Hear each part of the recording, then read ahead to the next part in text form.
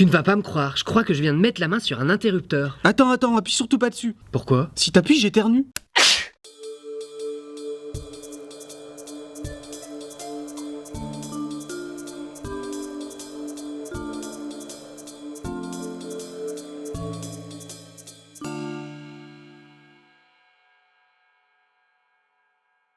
Peut-être vous arrive-t-il d'éternuer quand vous passez d'un endroit sombre à un endroit fortement éclairé. Ou alors parfois le matin, quand, plongé dans l'obscurité, vous allumez d'un coup la lumière.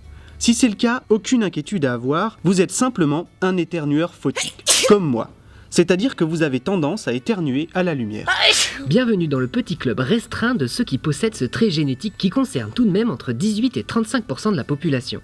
Si vous n'êtes pas concerné, faites le test autour de vous et vous finirez très vite par trouver quelques spécimens du genre. Une méthode simple, mais qui n'est pas sans risque pour les débusquer, est de débarquer en pleine nuit sans prévenir chez un ami équipé d'une lampe plein phare.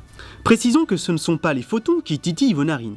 Si l'on se met à éternuer à la vue du soleil, c'est que nos réflexes protecteurs des yeux et du nez sont étroitement liés. Dit autrement, beaucoup de lumière d'un coup provoque une surstimulation du nerf optique, qui chez les éternueurs photiques touche le nerf en partie responsable de l'éternuement.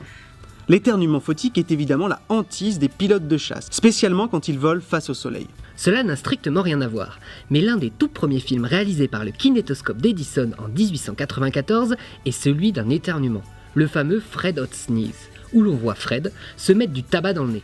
C'était notre dernière vidéo pour cette année 2015. Merci d'être aussi nombreux à nous avoir rejoints. On se retrouve l'année prochaine pour de nouvelles balades, et d'ici là, n'hésitez pas à participer à notre petit concours.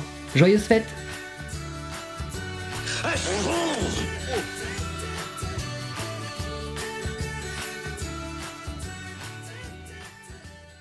Jour, nuit, jour, nuit, jour, nuit. Oh mais c'est trop l'éclat de ce truc.